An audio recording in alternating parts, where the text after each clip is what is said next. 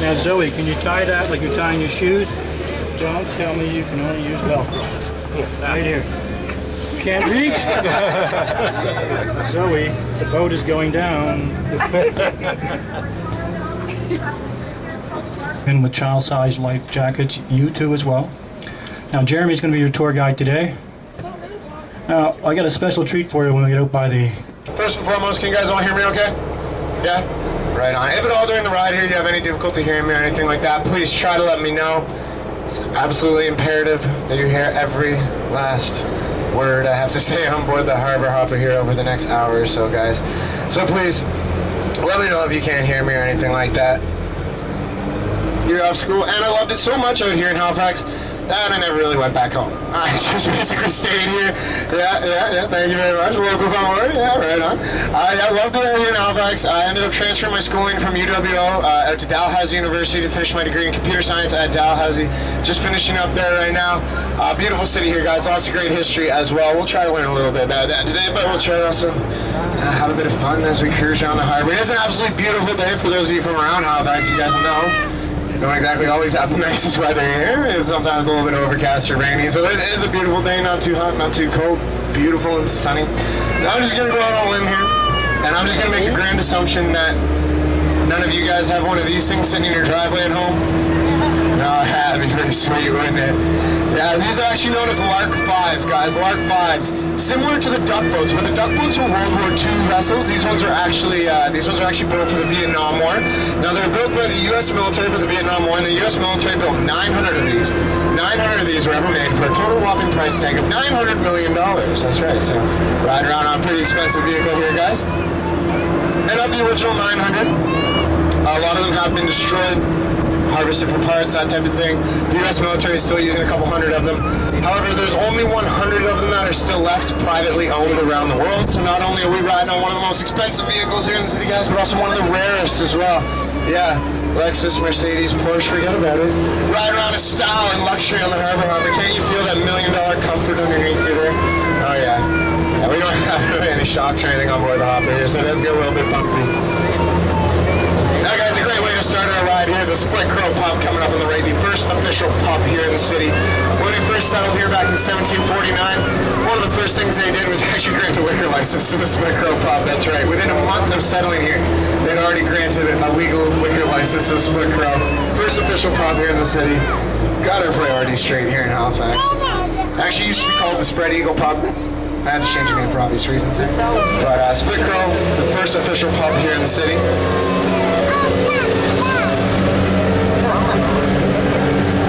We've got our City Hall coming up on the left here.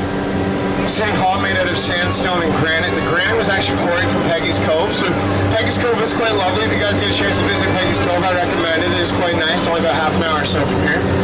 City Hall, home to our mayor, Mike Savage. This is actually cornerstone laid in 1888. Pretty old, but it's actually before that. It was the original location at Dalhousie University. The university I attend, one of the oldest in Canada, was first located at the northern end of Grand Parade, where City Hall is currently today. Grand Parade Square here, guys, also known as the heart of the city. Town crier would come there, deliver the daily news. The troops served as somewhat of a mustering station for troops as well. They'd run their drills there. Fun fact about Grand Parade, as part of the agreement for the city to get the property from Dalhousie, it is still currently legal for Dal students to graze their cattle here in Grand Parade Square. That's right. So if you go to Dal and have any cattle, bring them to Grand Parade. No questions asked. St. Paul's Church here.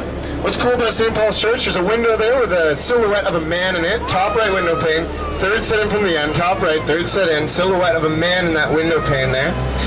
Appeared there after the explosion. However, it is said to resemble Reverend Jean-Baptiste Moreau, who was actually Reverend here in the 1750s. Weird. But nonetheless, St. Paul's Church here, the oldest place of Protestant worship in all of Canada. Also one of the oldest buildings left here in the city. We just turned off Argyle Street. Most drinking establishments and pubs and stuff out of any other street here in the city. A lot of great patios and pubs along Argyle there. If you're looking for a great variety of beer here while you're in Halifax, Maxwell's Plum, 60 different beer on tap, 90 different beer in the bottle. A lot of different variety there. You do get a prize if you try them all. A free trip to the hospital, guys. Yeah, so we don't recommend that though. We don't recommend that. But a lot of variety there at Maxwell's Plum.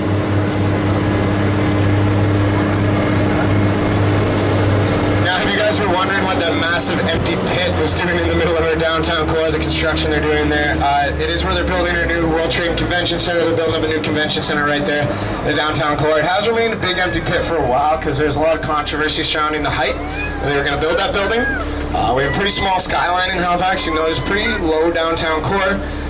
That's because we try to do the best job possible, trying to preserve the views we have from the Citadel down to the Harbour, from the Citadel down to George's Island and whatnot. We don't want massive buildings blocking off these views from the Citadel down to the Harbour. And they finally, I'm not sure what they finally agreed on, but they finally started construction there in that convention center.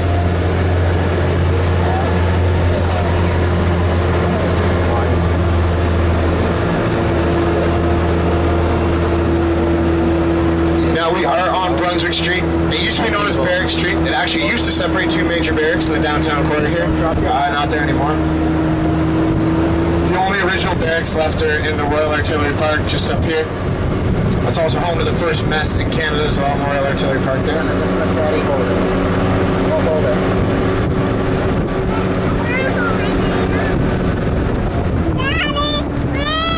Halifax Citadel. We're about to head up towards the Halifax Citadel here. Now guys, it does get a little bit windy. Hold on to your hats. Make sure we don't lose those. Also, one of the best views of the city and the harbour, like I was saying earlier, is from up here on Citadel Hill. Now this is a National Historic Site. It's rumored to be the second most visited National Historic Site in Canada. Second only to the Parliament buildings in Ottawa, so we get quite a few visitors here every year. The large town clock. It's coming up on our right here. The large town clock was a gift from Prince Edward, the Duke of Kent. Very punctual man, always wanted his soldiers on time. Made the large town clock so there would be no excuses for ever being late in his army. That clock was made in 1803 and it still has the original mechanism in place. Parks Canada has to wind it twice a week and everything to keep it functioning, but we keep proper time for us here in Halifax for over 200 years. Approaching the front of the Citadel here. Now, when the fort is open, you'll see a guy, he's standing out front there, he's dressed as 78th Highlander. He's got the red jacket on, the ostrich feathered hat, the kilt and everything. Well, if you're on a windy day, you might get more than you bargained for there. So what's interesting about the Highlanders there is when they are standing out there, they're kind of like the guards at Buckingham Palace in the sense that they're not really allowed to make any facial expressions or anything at you. A couple ceremonial movements every now and then, but not really allowed to move a whole lot. So as a personal favor to me, if you happen to come up here to visit the Citadel, please mess with those guys just a little bit. Make some goofy faces at them. I don't care what you do. But then proceed to tell him that the Harbour Helper guy sent you. It's three years of doing this. Those guys hate me. Those guys hate me. Now we are going around the Halifax Citadel here. The Highlanders were a very well-respected regiment of soldiers that came from Scotland. 78th Highlanders. The fort has been restored back to the days when the Highlanders were here. Now this fort never officially attacked. The Citadel was never officially attacked. And it's a good thing too, because believe it or not, it took them about 28 years. 28 years to finish building the fort you see here today. 28 years, yeah. Kind of missed the mark a little bit there. Now they started building it in 1828. Wasn't finished till 1856. It was the fourth fort that was built up on this hill. It wasn't the original fort they built up here. They built three other ones before this. This one, the fourth one, obviously after 28 years. Decided to keep this one. The reason it took them so long to build though is because originally when they first started building this fort, they started building it out of ironstone. Now you'll notice the fort is made out of two different complexions of stone. There's two different types of stone. There's the ironstone, which is a darker stone built into the fort. We have some ironstone right here. Now the ironstone, if you look at it, it looks like it's kind of been leaking a little bit. It's all stained up. The reason for that is the ironstone wasn't able to withstand the wet, rainy climate we so typically have here in Halifax. It kept falling down on us. So they finished building it out of granite, repaired it out of granite and whatnot. A little bit stronger. The granite's a lighter stone built into the fort, able to withstand the weather just a little bit better.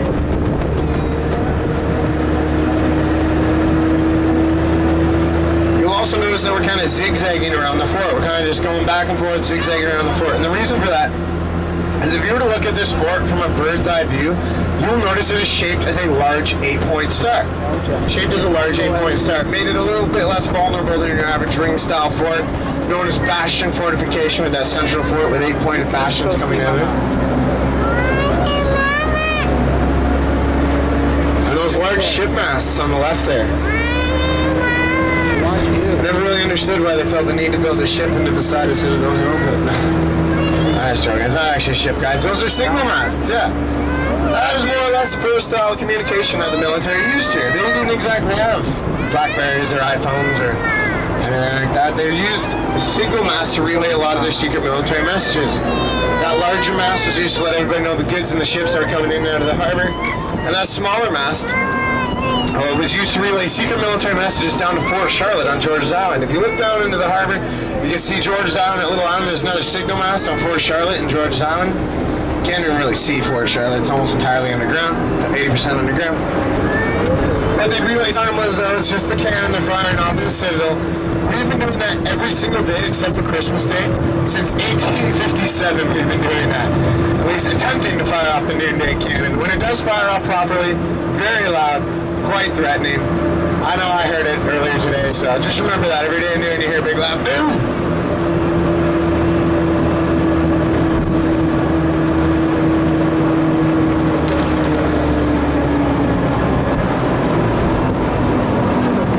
That's the first time I've seen that. Just a random guy popping around on ATV in the Garrison Grounds there.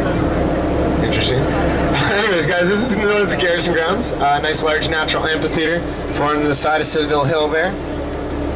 We have a bunch of different events and festivals and stuff that are held in the Garrison Grounds sometimes. Great concerts have been held there. Foo Fighters, Nickelback, Black Keys, Metallica, they've all played in the Garrison Grounds there. My personal favorite, the Backstreet Boys. Played a concert in the Garrison Grounds too. Colin was actually at that concert. Front row center. Loving his life.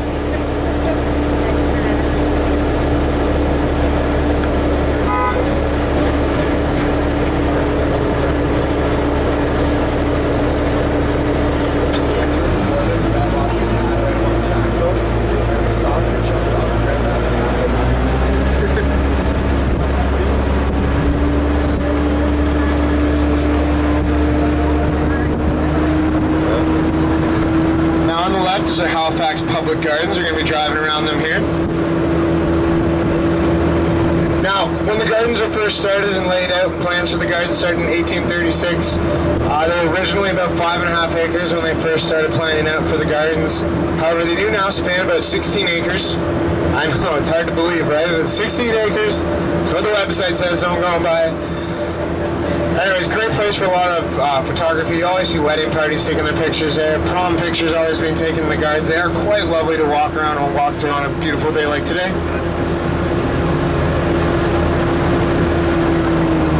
The Victorians believed heavily that walking through beautiful gardens like this, surrounded by greenery and flowers and stuff, had a lot of health benefits to it. So these are the oldest original Victorian-style gardens in Canada. Now, dead ahead here, we have Camp Hill Cemetery. Yeah, dead ahead, I said it. Known as Camp Hill Cemetery because that is the last place enemy soldiers would have been able to camp out before being within firing range of the Citadel. So basically about as far as a cannon fire could reach from the Citadel. So not a bad range. A little bit better these days, though. Buried in that cemetery, Joseph Howe is buried in that cemetery, famous Nova Scotian politician and journalist, also buried there. Alexander Keith is buried in that cemetery there. Now, for those of you who don't know who Alexander Keith is, he's a very famous brewmaster here in Halifax. He is famous for his beer. He's kind of the man who put India Pale Ale on the map here in Canada. Kind of a little bit of a local hero on his birthday on October 5th. It's a huge party here in the city. Now, a lot of people don't know this about Mr. Keith. He wasn't just the man behind the beer. He wasn't just the local brewmaster. He was also quite the politician. On three separate occasions, Alexander Keith served as mayor of Halifax. Yeah, you guys heard correctly. We elected our brewmaster mayor of the city 3 different times. Yeah, like I said, those priorities are straight here. Now you can go visit Mr. Keith's grave more often than not. He's got a lot of beer cans and beer bottles and stuff lying around, and people do like going and having one last drink with Mr. Keith there in Camp Hill Cemetery.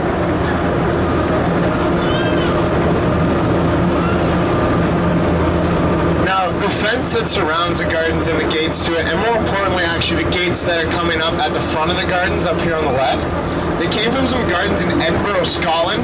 They charged people to go through their gardens there, and somehow they went bankrupt. I don't really know how that works, but nonetheless, we took their gates from them. Here in Halifax now, representing our gardens at the front there. Beautiful gates. You know better. Our gardens are completely free to walk through as well, guys. Whenever those gates are the ducks in the gardens, you're no longer allowed to feed the ducks there. Apparently they're getting a little bit too much junk food. They're getting a little bit too obese and don't think they're making their proper migration patterns down south anymore. So please don't feed the ducks in the gardens.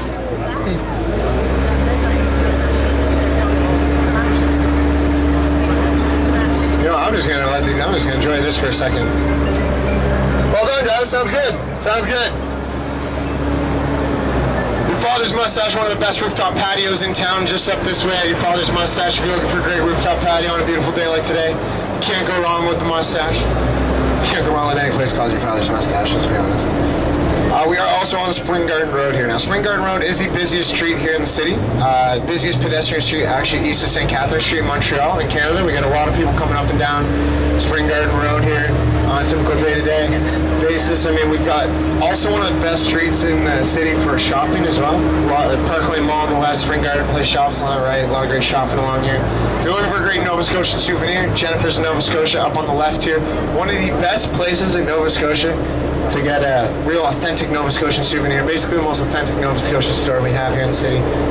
Most of the goods sold there are designed or made by local Nova Scotians.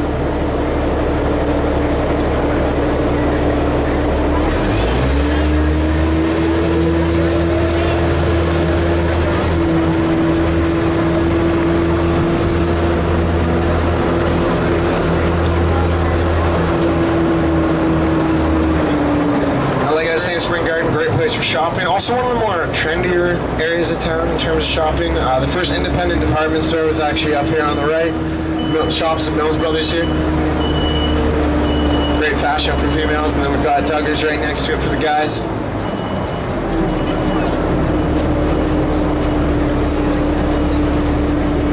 These used to be somewhere else. What's that? Cala Roses? That used to be somewhere else. Here's Basilica coming up on the left here.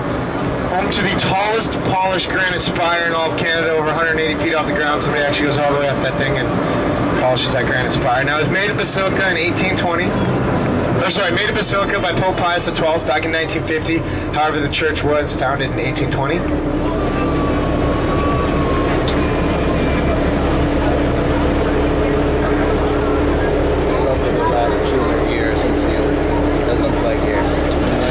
Burial grounds on the right. That is the oldest cemetery here in the city.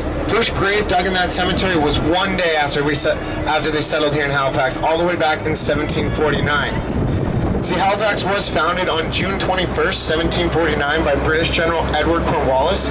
He sailed here with a fleet of 13 ships, 2,500 other settlers and sailors. He himself, he was on board the ship known as the Sphinx.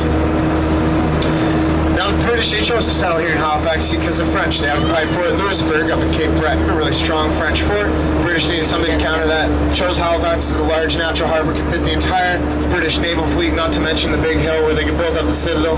Powerful sweeping view of the city, as we already saw. And actually, the street we're on right now is known as Barrington Street. It is actually one of the oldest streets, one of the first original streets laid out in the city plan over 200 years ago. When they first laid out the city streets of Halifax, Barrington was actually one of the first original streets.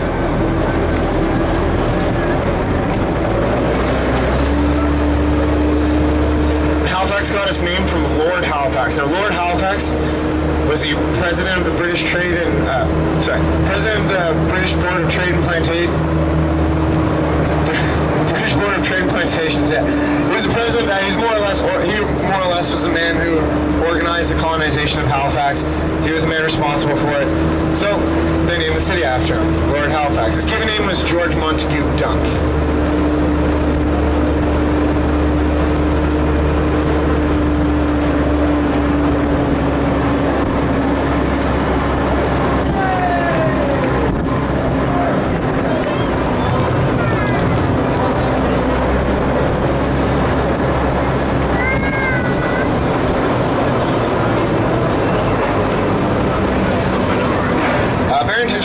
home to a lot of different parades. A lot of parades come up and down Barrington Street. It's also the place where a lot of people would say goodbye to their loved ones before sailing off to war.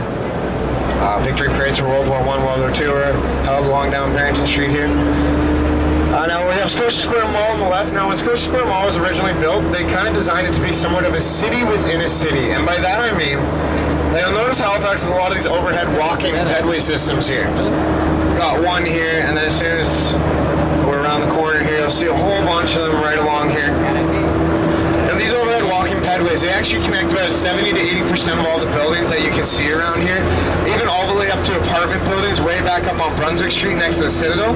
So more or less, basically, if you lived within any of the apartment buildings around here and you worked in any of the office buildings around here, Purdy's Towers office buildings, the hotels, or Scotia Square, you could more or less almost live your entire life without having to go outside.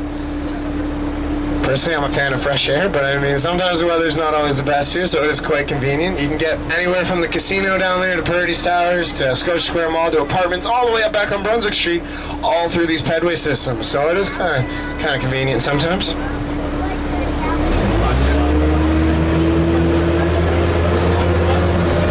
Alrighty, ladies and gentlemen, we're approaching the moment we've all been waiting for. That's right. Will we find out if this thing actually floats or not? I'm just kidding. Yes, guys, we are going to transform from a land vehicle to a sea vessel. I don't know if you guys have ever seen the movie Transformers, but the way Optimus Prime changes, we'll all be in different seats by the time this is over. We're going to drive right down into the harbor, guys, but as Colin was saying, might be a little bit of a splash. Tide is nice and high. You can see next to the wharf there, tide's very high. Hopefully it'll be a smooth ride into the harbor. However, sometimes it is a bit bumpy, so we recommend that you hold on as we travel down into the harbor here. Hold on nice and tight. We do typically lose 1 or 2 people a week. Trying to cut that down. That wouldn't reflect too well on either one of us, so please hold on tight. Colin's got his headset on here. He's jamming out to his favorite beats. He's getting amped up for splashdown. He's feeling it in his bones. He's got those Backstreet Boys going. He's talking to harbor traffic. He's getting permission to enter the water. He's letting them know we're coming. We're not exactly the largest vessel out in the harbor, so it is important to let them know we come. Listen tight, guys. Here we go.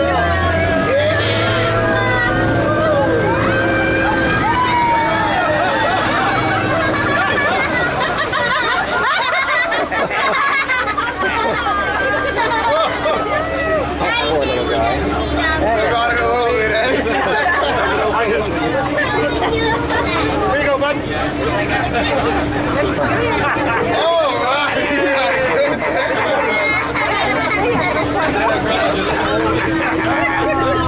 Yeah, just folded on Alright, we're floating, yeah! Right, no longer need to be anxious or anything. We're good to go. Actually, I don't know if you guys have noticed, but what has actually happened is our tires have now extended down to the bottom of the harbor. We're now driving along the bottom. Just playing. We're nice and buoyant on our tires, guys. We have a big propeller at the back, folks. We are now a sea vessel. Oh, that clean harbor water, right? So good for the pores. I'm actually 110 years old, but I've been washing my face with the harbor water for the past 100 years.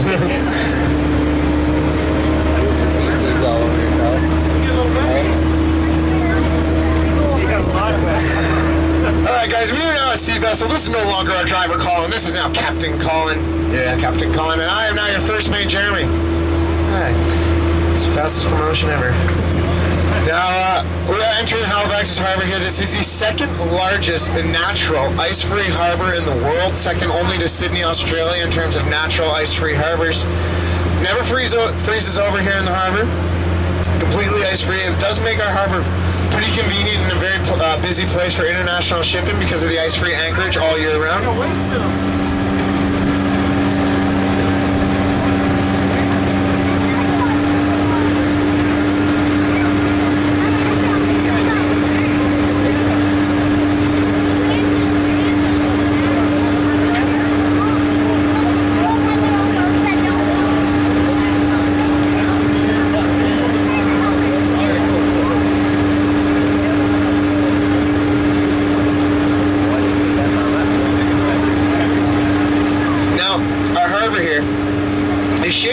large hourglass, shaped like a large hourglass. It's very, very wide out in the mouth of the harbor. The mouth of the harbor is that way, very, very wide. 2 islands out in the mouth of the harbor. George's Island, the little one I pointed out earlier, McNabb's Island. We'll see them better as we head down that way.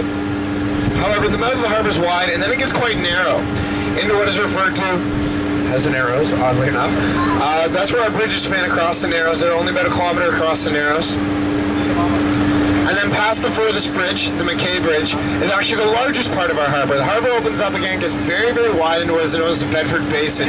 Now this part of our harbor doesn't even do it justice to show how big our harbor is, because the basin is actually the largest part of our harbor, way further down into the harbor that way. About 15 square kilometers in the basin. Gets to be almost 100 meters deep as well. So, pretty big harbor here. Halifax is also home to the majority of our Canadian naval fleet. Usually we have about 70% of the Navy stationed here in Halifax, the rest over in BC. But no, the 5 ships you see here are not 70% of our Canadian Navy guys. The docks do go all the way down the Halifax side here. They do go quite far down. It starts in November Bravo there, goes to November Charlie, November Delta. I believe it goes all the way down to November Zulu, I think, on the Halifax side. So there is quite a few docks along the Halifax side here.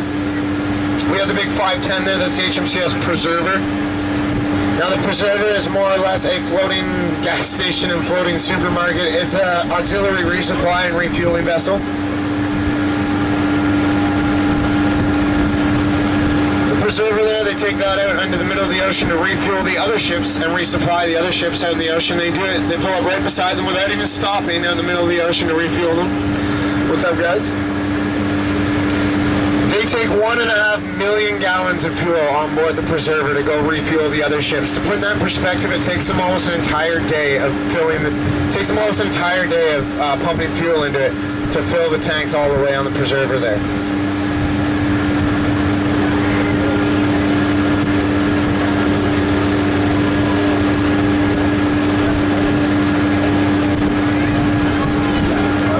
The main offensive firepower are the tribal class destroyers, the one directly in front of us to the left up there. Like I said, we will see it a bit better as we make the turn. Also want to point out one of our submarines surfaced out of the water there. We purchased 4 Victoria class submarines off the British Navy back in the 1990s. A lot of problems they've been having with those submarines, unfortunately. I believe the Windsor there, I think that's Windsor, is the only actual one in functioning, fully working order. You see the tribal class destroyer there, the 280. And the Victoria class submarine surfaced out of the water there.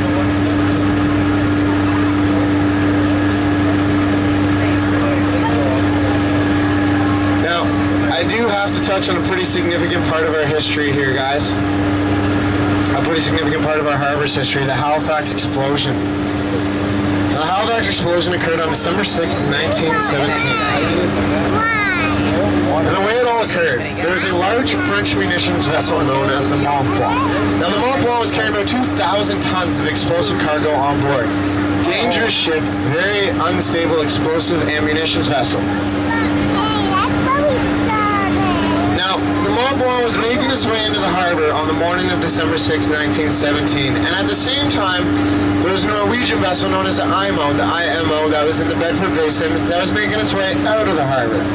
Quite foggy that morning, the visibility wasn't the greatest. Now, Halifax traffic works pretty similar to traffic on the streets, in the sense that basically you pass on the right-hand side. Boats leaving do it closer to Halifax, boats coming in do it closer to the Dartmouth side. Now, as the IMO was leaving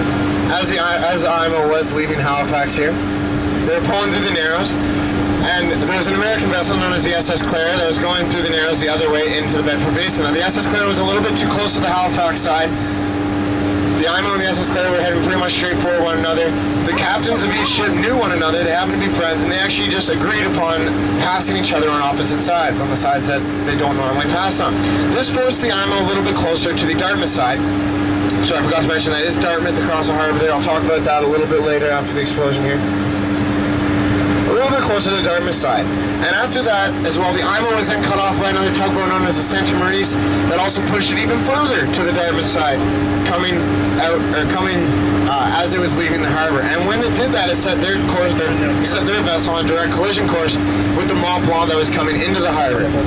Now, these two ships blasted their horns at one another, and then they tried to avoid each other, but unfortunately, it was a little bit too late. And they ended up colliding not too far from the Narrows here, roughly around this area of the harbor. However, the original collision wasn't that big of a deal. I mean, these are strong ships, they're able to take quite a bit of impact, but as they hit together and scraped apart, it caused a lot of friction and sparks, which ignited a fire on board the Mont Blanc, and a fire slowly began to spread on board the French munitions vessel. Now, the crew members on board the Mont Blanc, they knew what they had on board. They had a pretty good idea. They tried to put out this fire, but they weren't able to put out this fire. It started spreading too quickly. They had a pretty good idea what was about to happen. So they bailed. Every single one of the crew members from the Mont Blanc, they jumped ship, they swam over to Dartmouth there, and they went running, tearing off into the hills, yelling at everybody and screaming at everybody in French to get down, get away, get as far away as possible as you could. They knew what was going to happen. However, everybody else in Halifax, especially on the Halifax side here, all they saw was the Mont Blanc that was now completely unmanned and on fire, just floating in the harbor here. It floated for about 20 minutes into the Narrows, where it came to a stop at Pier 6 at the time, kind of closer to the north end of Halifax, which was known as Richmond at the time.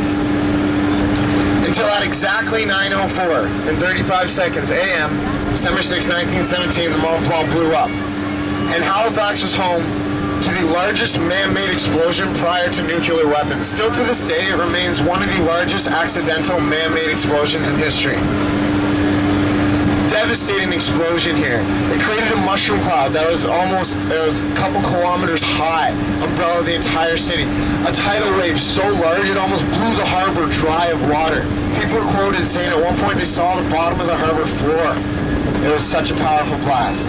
The half-ton anchor on board the Mont Blanc, an anchor that weighed a half a ton, it ended up about 5 kilometers away, down towards the northwest arm. Windows all the way in Truro, Nova Scotia, which is about an hour drive from here, windows all the way in Truro were shattered from the blast. Tremors were felt all around the province. Even parts of PEI felt tremors and shockwaves from this blast. Devastating explosion. It completely obliterated anything within a half-mile radius of it. Almost flattened the entire north end of Halifax. 2,000 people were killed, another 9,000 were injured. 6,000 homes completely flattened, which actually left 25,000 people without adequate shelter for that evening. And to make matters worse, how could things be any worse for a city that just had a record-breaking explosion? They also had a record-breaking snowfall hit Halifax later that evening. So with all the